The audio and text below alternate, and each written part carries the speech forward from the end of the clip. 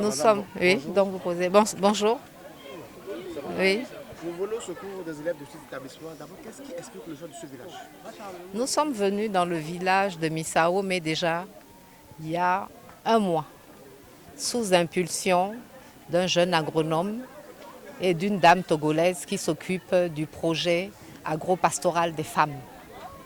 Et quand je suis arrivée, il y a un mois, j'ai apprécié le cadre, j'ai aimé l'accueil et je me suis dit c'est un projet que nous pourrons faire en accompagnant et les dames et les élèves. Parce qu'au départ, c'était juste les élèves. Mais nous avons vu qu'il y a un travail social à faire ici, raison pour laquelle nous avons assisté Misaomi. Alors, qu'est-ce que vous avez apporté aux élèves et qu'est-ce que vous avez apporté à cette dame-là? Aujourd'hui, nous sommes venus avec 4 projets dans le cadre des axes stratégiques du Rotary Club.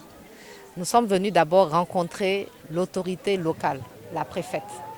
La dernière fois que nous sommes venus, nous ne l'avions pas vue et nous avons voulu la rencontrer aujourd'hui. Vous ne pouvez pas aller quelque part sans commencer votre démarche de salutation auprès de l'autorité locale. Nous avons rencontré aussi le chef du village qui est en accord avec notre programme puisque je lui avais expliqué le programme le mois passé et il a accepté de mettre à disposition des femmes 1 hectare pour les cultures maraîchères. Donc ça, la première action, c'est ça, la rencontre des autorités. La deuxième action, c'est une conférence sur la paix. Pour faire de bonnes actions, il faut que tout le monde soit en cohésion. Donc nous avons parlé de cette paix-là qu'il faut absolument maintenir pour qu'il n'y ait pas de conflit, pour qu'il n'y ait pas de problème.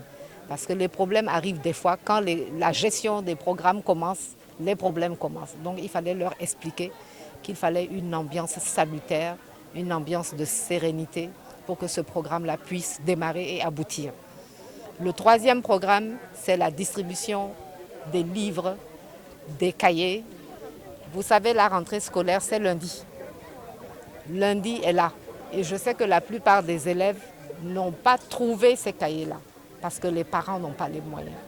Donc nous sommes venus avec des cahiers et des accessoires pour que ces enfants-là démarrent leur école avec sérénité. Le quatrième programme, c'est avoir les femmes.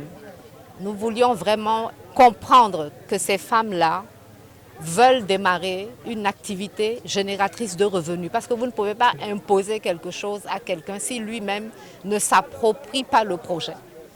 Nous sommes venus leur expliquer que ce programme de culture maraîchère, c'est d'une part pour leurs enfants et d'autre part pour elles-mêmes.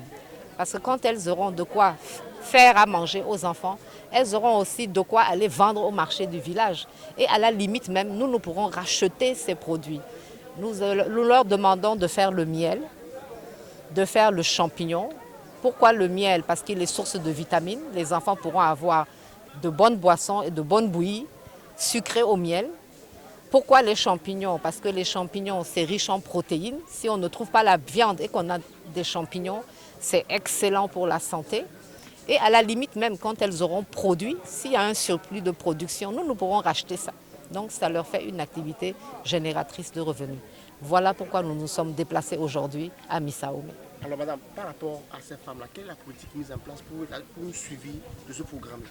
Nous allons trouver, et nous les avons déjà identifiés, des personnes qui vont les accompagner.